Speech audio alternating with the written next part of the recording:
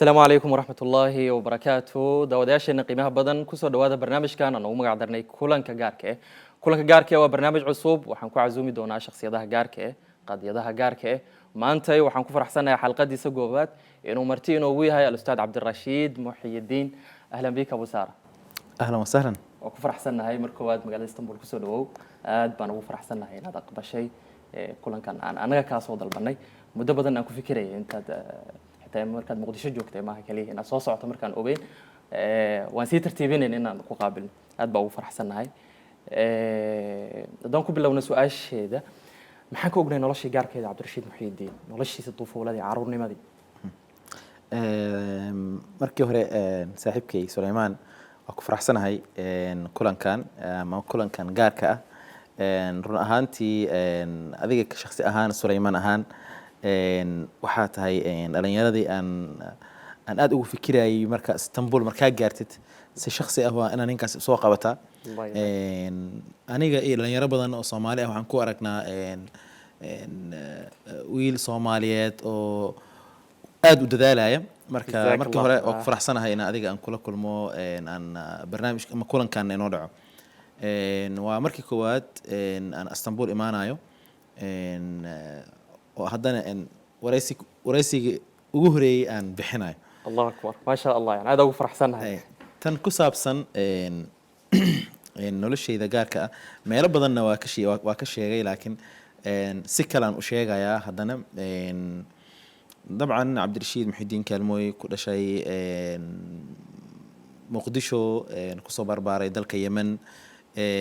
فنكيسي أو أناشيد كأما فنكسي جود أهان oo bilaabay 2003 4 inta u dhaxayso markaas waa yareedan filaya hadiyad laakiin oo maxattaad badan ama meelo badan soo marmaray fankaas oo ugu gali doona markii aad xilliga fanka bilowday oo xalqadina waxay ku saabsan tahay si gaar ah waxay ugu saabsan tahay fanka multazimka ee Cabdirashiid barnaamijta uu soo taqdiimiyo لكن أستاذي أنت أنا أوجد الجلين برنامج كاس ما دام وشخصية عامة تهاي وبرشة عانك ضد بدن أيا لقيا بقى يعني واحد بدن كوجا عن عروض نماذج أستاذ عبد الرشيد مقدشة حلقات كبحضي أنت ضي يمن آدم تاجين قرمي هيت حلقات مقدشة والله أنا غير لقيك حي مقدشة وسجاشن إياه أفرتي أما سجاشن سدح نمات كذا أن كتجني صوماليا marko yani aad baad u yareed markay aadan u yaraha markan ka baxnay muqdisho kama bixin muqdisho waa soo marnay safar dhul dheer aan soo marnay marka ka soo baxnay muqdisho imaanay muqdisho ka sii baxnay beledweyne boosaaso dhowr maalmood aan boosaaso joognay kadib xaga ka soo baxnay dalka Yemen imaanay xilligaas Yemen tagteen xilligaas iskaashan afartii waxaan filayaa diyaarada ma jirin oo toos Soomaaliya uga soo baxayaan waxaan ku soo baxnay doon aan soo raacnay doomanka waaweyn oo marna ariga soo qaado marna bani aadamka soo qaado midaas aan soo raacnay gobol mukallal dhahay ka soo degnay dalka Yemen kadib noloshii Yemen sidaas ay ku bilaabatay aad uma xasuusto waliga sheekay laakiin xoogaad isku daywaan waxaan ka xasuustaa bilowgaas iyo yani ani waxaan ku aqliya shay Yemen طفولتي أم عرورنمتي يوم بدكو أقيلتي إسكولكي مدرستي كلي كقف دلني عنق يري أو مغتربة أو دلكيسي أنجوجين سدي يمنكو أهيد نلشي يعني أنت هذا عالم كإنشاء كأذن قليل كعرورنمتي يوم هذا عرورنمتي أنت بدنا هذا يمنكو قادته صحيح أما كل يد هديات أنا قلت waxaan arkaa qofka ama Soomaalida ama jiilka oo 9kii wixii ka dambeeyay ama 9kii wixii u dhawaayay nolosha ku soo biireen aniga waxaan dhashay 1988 9kii ama dhibaatada Soomaaliya waxay dhacday anigoo aan aqli lahayn anigoo yar anigoo 3 jir ama 2 jir anigoo ah jiilkii xilligaas dhasheen waxaan filayaa waa jiil u baahan si gooni in loo fiiriyo hadda anaga waxaan dhalanay noloshan ku soo yani aan ku soo biirnay xilli marxalada adag ay jireen exactly dalka Yemen aan imaanay aniga Soomaaliya sababta loogu soo baxay xilligaas ما fahansaneyn ما فهمسنين wax walbana waxaan u arkay aniga Yemen aan joogaa Yemenna ma ihi waxaa leeyahay Soomaaliya tahay Soomaali maxaa halkan maxaa noo keenay okay dadkan si kale maxay noogu arkaan dalkan dadkan maxay u cadcadiin aniga maxaan u madoobay su'aalo badan fahanti marka jiilkan ama dadka 90kii wixii ka dambeeyay dhasheen dadka oo ilmahan oo hadda dhalanaya nimco ku jiraan laakiin dadka xilligaas dhasheen mujtamaca guud مجتمع وكين قفل دحدي مجتمع وسيجوني إنه أفيري صبته أم تقانا صبته وحوي أنا دبعته أو أنا أنصب تذا هين الله هين يا دبت كذي محل أكون بلابني إنه ليش أنا وحنا كون بلابني أكون بلابتي دبعته أنا جنا سبب أم هين وحنا كون بلابني قرح أرد دتكي قحين أردين أنا جو كل عمل عالم عصب وأنا أنا لهين أو أنا أجنبي أنا كان هاي dadkii Soomaaliya ku dhasheenna dhibaatadayna ka weyn ee la kulmeen طبعا dadkii dhibaatada iyo xarbiga dhex joogay marka bulshada Soomaaliyeed waxaan leeyahay dadka 90kii iyo ilaa 2000 dhasheen ma fahantay il gooni ku fiiriya si gooni loo fiiriyo si gooni loo fiiriyo waa dardaaran fiican waay maadaama shakhsiyada caam ah tahay Cabdirashiid Muxyidiin xiriirka kala dhaxeeyo familkiisa iyo caa'iladiisa qoyskiisa gaar ahaan hooyadii waxaan wax badan aragnaa adigoo hees u qaaday hooyada hees hooyo macaan la dhaho intaan ku wada daawan doonaa laakiin xiriirka kala dhaxeeyo balse intaanan daawanin intaanan weydiin su'aashaasi aan daawano videogaasi Ustaad Cabdirashiid uu hees ugu qaaday hooyadii aan filaya inay ku jirtabo klibka inay hooyadii ku jirto klibka hooyo macaan ayaan wada daawanayna daawasho wacan هاي هاي هاي هاي هاي معان هاي هاي هاي هاي هاي هاي معان هاي الدنيا ذن إلهي بلاريي أنكاك وضانول المهاجي ويان muuqaalkaasi waxaa ka muuqdo inuu xiriir gooni kala dhaxeeyo hooyada xiriirka goonida Cabdirashiid Muxyidiin kala dhaxeeyo wadiis run ahaantii hooyana halkan waa ka salaamayaa noloshayda hooyo kaalin weyn ka qaadatay hooyo la'aanteed Cabdirashiid halkan ama heerkan soo gaari lahayn marka mahad celin gaarna way ka mudan tahay hooyo halkan waa ka salaamayaa badanaa xilligaas aabo waa sida aabayaashoo kale camal wuxuu ku mashquulsanayay shaqo safar macallin oo ahay mar meel oo aadaya mar safar oo ahay mar kadibna siyaasadii soo laabtay safaradiisa iska badnaayeen laakiin anaga mar walba hooyo ag joogni hooyo wax walba noo sheegaysay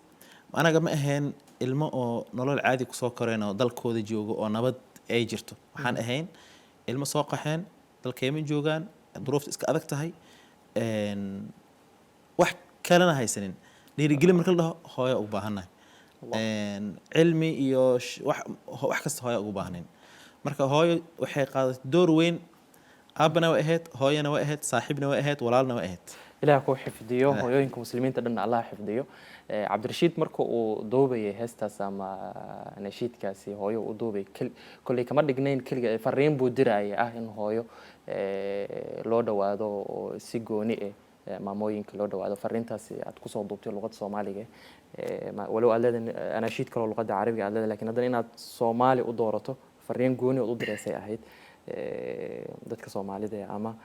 ilmaha Soomaalida in lagu tarbiyo Ustaad Cabdirashiid waxaan u guda galaynaa noloshaada qayb ka mid ah oo qaybta ugu muhiimsanayd goorma ayaad caalamka fanka ama inshaadka heesaha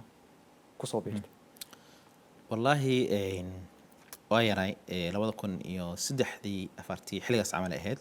waxaan ku soo bilaabay koox faneeda jirta oo anaashiida qaado dalka Yemen dabcan 2007 waxaan ka soo qayb galay barnaamij la dhahayo Munshid Shaariqa tartan oo wadamada carabta dhan tartamayaan oo fanka oo ahay waxaa ka soo qayb galeen 3000 cod ka soo qayb galeen oo wadamada carabta oo dhan dadka isdiiwaan geliyeen waxay gaarayeen ilaa 3000 cod ay gaarayeen waxay kasoo dhex xusheen ilaa tasfiyaad badanaa la sameeyey waxaa soo hereen 15 qof oo ugu codka qurxoon wadamada carabta alxamdulilah waxaa ku guuleystay inaad 15 kaas qof aan ka mid noqdo taasna waxay ahayd marxaladii oo dadka ama carabta dad ibartay oo maxaa la dhahaa bilowgii koowaad 2007 ahayd bilowga labaad wuxuu ahaa markay bulshada Soomaaliyeed ay baratay 2012 iyo 2011 ay si fiican ay barteen aad weyn waxaad ku canbaxday nashiidka Soomaali waa aftakhir waxaan malaynayaa nashiidkaas magacaaga iyo nashiidkaas horreey exactly Soomaali waa aftakhir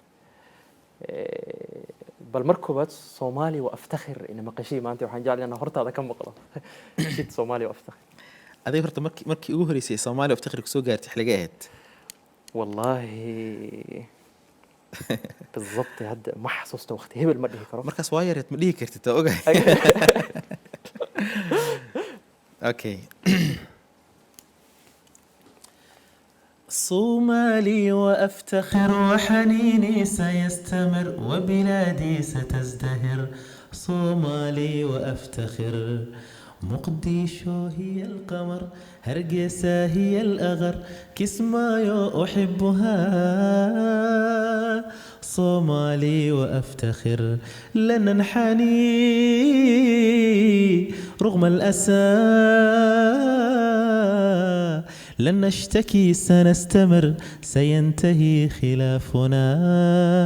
صومالي وأفتخر افتخر الله الله الله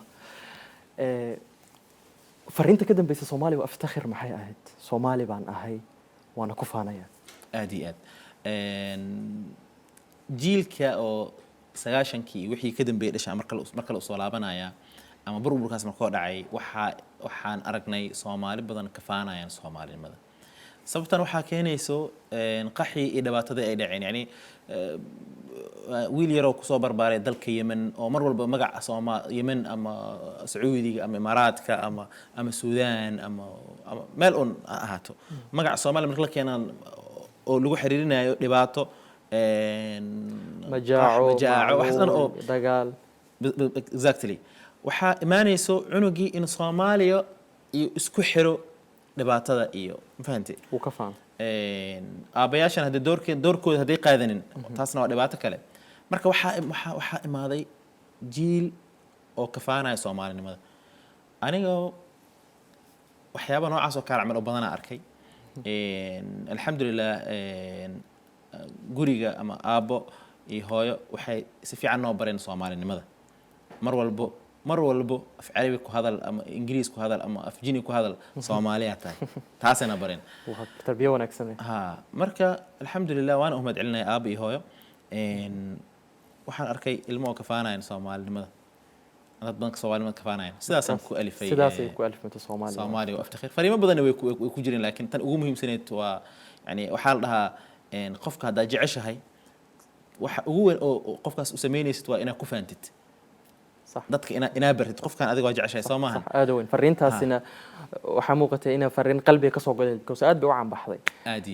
qayb weyn bayna ka ahayd anaga dalkeena waan jecelnahay waxaana daliil u ah waa ku faanaa dalkayga waa jeclay kaliya waa jecel naaqus ah laakiin hada ku faantid markaas dalkaaga si fiican u jeceshahay aad weyn صحيح Ustaad Cabdirashiid markaad Muqdisho ku soo noqotay waxaa jirta inaad sawirkaasi isaga Soomaalida laga aaminsan inaad qayb ka noqotay inaad bedesho aad u qalab qaadatay saad u bedeleen sawirkaas aad u adeegsanayo luqadaada fanka iyo luqada aad ku haysto Carabiga iyo Soomaaliga waxaa jiro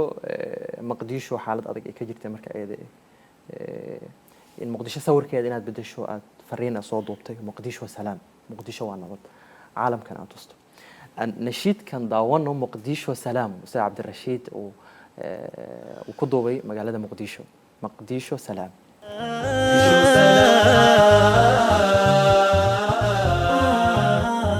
مقديشو سلام زاحت الركام عاشت انسجام زاحت الركام وعاشت انسجام شبابها بذل مقدشو فأشرق الأمل مقدشو شبابها بذل مقدشو فأشرق ustaad nashiidkaasi muqdisho salaam aad baa loo dhageystay yani xilligeedayna kusoo aaday ma aqaano xilliga qaraxii zoobo u dhacay miyay ahayd ka dambeysay ma aqaano kadib ahayd soo ma fariinta kugu dhalisay inaad muqdisho salaam gaarsiisa caalamka muqdisho xitaa hashtag uu noqday muqdisho salaam muqdisho waa nabad fariinta kugu dhalisay maxay ahayd markay iyada ahayd se muqdisho nabad ma ahayd xilliga iyada ahayd horta waa kaa qosolsiinaa hadda Soomaaliya لا سمح الله مركي وقرح مركي وقرح مركي دوات مركي دعوة أصحابتي إذا اللي سوى حريرا وحي يقول أنا عبد الرشيد هذا قال هاي مقدشة وأنا بدي يعني واضح حي يعني وحن أركينا يعني وحي يقول مركي صامرك واحد مركي كدعبه عبد الرشيد أمام مقدشة سلام الله محا وحن muqdisho nabad ma ahayd horta qofka Soomaali banaankeeda joogo ama gobolada dadka jiran xitaa media mar walba wuxuu gudbiya aragti qaldan inta oo sheegaya media waxyaabaha wanaagsan aad u yartahay media badanaa ma sheegaya mashruuc la furay dhisme la sameeyay ama iskool badanaa taas ma sheegaya wuxuu sheegaya qarax la bumbuuninaya dhibaato la bumbuuninaya sax muqdisho wili heerkii la rabay heerkii loo baahnay oo dhanka nabadda dhanka nolosha wili ma gaarin صح anaga wili waa dambeynaa ruuxda la soo sheego ayadoo saas ah 2015kii 16kii farqiya u dhaxay 16kii iyo 17 farqiya u dhaxay Soomahan marka muqdisho bil carabi waxay dhahaan tatacaafa صح fahanti qof oo xanuunsanaay oo maalin walba caafimaadkiisa wax ku soo darsamaayo fahanti iyo qof xanuunsan oo ama qof iska caadi ah oo maalin walba si xanuunsanaay farqiya u dhaxay wadamo badan oo carabta ay ku jiraan hadda way xanuunsanayaan xanuunkoodan uu sii balaarinay anaga taas waa ka xunnahay marka anaga marxalada tacaafi baan ku jirnaa anaga waxaan ku jirnaa marxalad tacaafi aan ku jirnaa marka fanka muhiim waa inuu fariin inoo gudbiyo muqdisho sax boqolkiiba boqol salaam ma ahan weli nabad tan ka weynay u baahan tahay dowladana mas'uuliyad weyna saaran bulshadana mas'uuliyad weyna saaran dowladda kaliya ma ahan bulshada naftirkooda mas'uuliyad weyna saaran laakiin muqdisho sidii hore ma ahan marka anigoo واثق أما أنيقو بكل ثقة بالعربي هان دلدو أن مقدشة ونبت سيدي هورا ماهن لبعض هذا جرتيني بكسوة كبستي horeyna usii socon هورا doontaa سيزعدوا عن تاني إن شاء الله aada weyn aada weyn ustaadii haddii aan kasoo gudubno maxwarkaasi istanbul ayaad imaaday barnaamij baarlamaan shacab la dhaho ayaad Soomaaliya magaceeda ku masalaysa marar badan ayaad magaca Soomaaliya masashay laakiin markaan way ka duwaneed عاديات qubbat al-baarlamaan ayaad ku masashay Soomaaliya oo dhalinyaro badan ay soo yimaadeen oo qadaayad badan looga dooday صح كل برنامج كوالا دوبي ولا مسو سيدي dib baynu ka daawan doonaa waan rajaynaynaa si qurux badan inaad noo masashay iyo si aan filayna si kasii badan laakiin baarlamaan shacab maxaa kugu dhaliyay inaad ku biirto adigoo لأن برلمان شعب نوعا ما سياسي هو في اللي سياسي ولا اللي حسين adigoo munshid ahaa heese ahaa inaad siyaasadii u leexato maxaa kugu dhali عاديات أنا هرت السياسة ملحن لكن وحنا آمن سنة هي عبد الرشيد هرت كلية ما أهن منشد أم فنان ما أهن هي سهي كان هدافي لست أنا قف بروديوسر فنان وحو أود أولي هاي إنه فنكاس كم مشغولة بالوالب هي سيد حس صار أو أروس ولا بنكيس صماهن أنا لي ما أرك أنا أروس كيسة يعني وحفلة ده سخير كم مشغول سنة وحمر ولا كم مشغول سنة هاي قضية فنكي أنا وقضية صحيح أركتي وناكسن أما فريم وناكسن أنا أقول بيو مر ولا بأنكم مشغول meel walba oo fariintaas ku gudbinaysana baarlamaan ahaato ama microphone ahaatee exactly marka أنا فنك وحان أركا ميكروفون كانوا كلا عمل wax wanaagsan oo ku sheegi karaa wax khaldan oo ku sheegi karaa waa shay la isticmaalay aniga fanka waa isticmaalaa fanka ma ay ahan hadaf weyn oo aan u socdo ma ahan fanka waa isticmaala barlamaan shacbana waa naftirkiisi waa wado aan u maraayo ina qadiyad ama aragti aan gudbiyo shay kale hadoo imaadana waan gudbinayaa siyaasadda naftirkeeda mustaqbalan inaa ku soo biiriya diidahay mustaqbalan aad u weyn baarlamaan bulsho badan baa ku codeysay yani social Aad iyo media aad Soomaali badan baa ku codeysay waan rajaynayaa intana uga mahad celinaynaa bismik uga mahad celinaynaa aad iyo aad aadan ugu Soomaalida mahadcelinayaa ku taageertay Soomaalida dhan ii codeysay oo maxaa la dhahaa barnaamijkan sabab u ahayn inaan kasoo qayb galo run haddaa idin sheegane aniga Soomaalida aan u dadaalay nafsadeeda uma dadaalaynin barnaamijkan ma ahan barnaamij abaalmarin lagu helayo ama lacag lagu helayo sida dadka qaarkood aaminsan yihiin anaga barnaamijka amaanay askeenay anaga meeshan maxaa la dhahaa juhdigeena ku joogno si aan aqal xaaja aan uga soo muuqano meel wanaagsan magaca Soomaaliyeed ama meel Soomaali la dhahayo in oo si wanaagsan loo matalo kursiga Soomaaliya inuusan faariq ahaan dad baa xasaasiyad ka qaba jaamacadda Carabta iyo inuu kursigii uusan faariq ahaan Soomaaliya mar walba dad ku qalmo ay matalaan aad baa kaaga mahad celinaya Ustaad Cabdirashiid kulanka qiimaha badan waxaa jirto nashiid aan jeclahay nashiidadaada ka mid oo aan aniga si gaar ah u dalbanayo waqti badan waa dhegeysan jiray nashiidkaas Soomaalina inta al-aman ما شاء الله يمكن تغني لنا